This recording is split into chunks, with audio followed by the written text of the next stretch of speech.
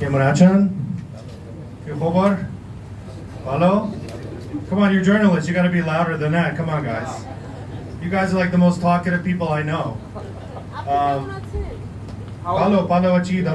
Thank you. It's a real pleasure to be here. We love journalists. We love investing in journalists, and we love supporting journalists.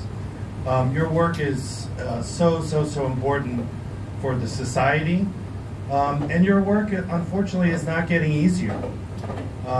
You know, with the rise of deep fakes and pretending or synthesizing people's voices, your work is going to get harder.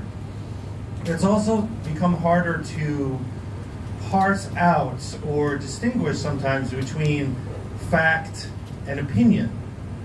And this is really where also you are so important, and you really play a pivotal role in really telling your audiences what is fact, what is something that we all agree on, what is something that is incontrovertible, indistinguishable, agreed upon, versus opinion, which is none of those things. And so that is a really important aspect. And as Ziller said, and as CGS has so wonderfully done with this training, this is an ongoing battle, as Ziller put it. This is an ongoing project because disinformation, misinformation will always be in the public space, and in some ways has increased with the rise of social media. And so it's very important because this can be dangerous. It can cause people to be violent, or it can cause violence. When I was in Nigeria, Ebola was happening in Nigeria, was happening in other countries, and there was misinformation on social media about that you could drink salt water and that would be a cure for Ebola. 20 people died drinking salt water. So misinformation can have real consequences. It can have life or death consequences. It can cause people to be violent when really there is no cause to be, or because it is misinforming people.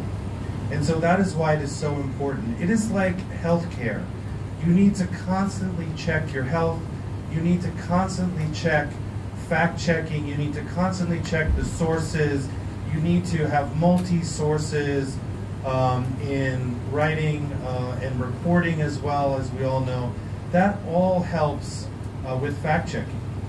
That all helps with getting out, as we talked about, the facts and not opinion. And so this is a really special grant because this funding has come from the Department of State, from the Alumni Engagement Innovation Fund. There were over 700 projects that this program has funded over the years. Last year was upwards of about $4 million for these projects. This is not an easy competition. There are thousands of projects that are submitted to the State Department every year. And it is a real testament to CGS.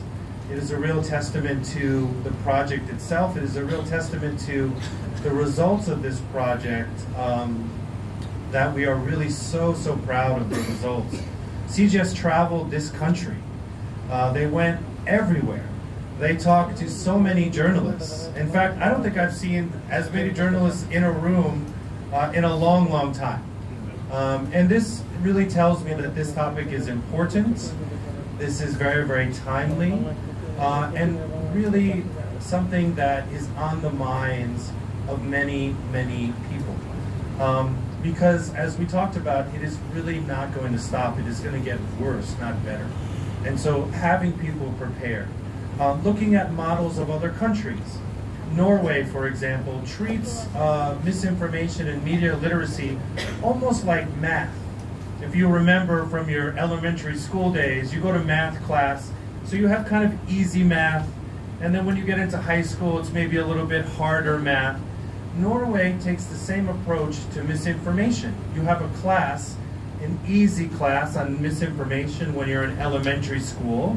When you're in middle school, you take sort of a higher level fact-checking, media literacy class, and then in high school, you take a more advanced class. this is also something that's happening in the United States as well, where teachers will teach to the level of their students to impart some of these ideas about fact-checking. And so that is really something that we need to do as professionals, as media professionals. This is something we also have to speak about. Many of you have a very, very big voice in Bangladesh. I'm looking at some, very famous faces around this room. So please also pay this message forward, as we like to say in American English. Go to schools, engage people on your knowledge of fact-checking, engage people on how to do media literacy, on how to do fact-checking. Teach people different apps that are out there that you can use to fact-check, because it is really, really, really important that we teach the next generation, that the next generation rising has skills to be able to detect a deep fake, has skills to detect misinformation, or has skills to detect opinion versus fact. And so it is really, really an honor to be here. It is an honor to congratulate CGS. It is an honor to work with CGS. It is an honor to really see all of you in this room.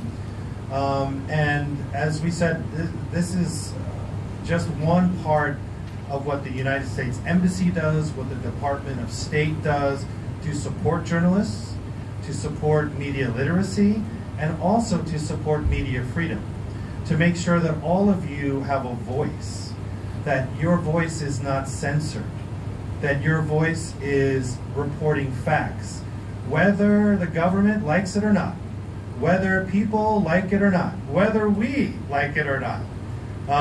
It is important to give your audiences the facts and let them decide what their opinion is. That is the sacred and sacrosanct responsibility of all of our media professions and media professionals. So I salute you. I know your job is not easy. We admire you. Many of you are our heroes for the risks that you take, for the courageous reporting that you do. And we thank you that you do that every day. Thank you so very much.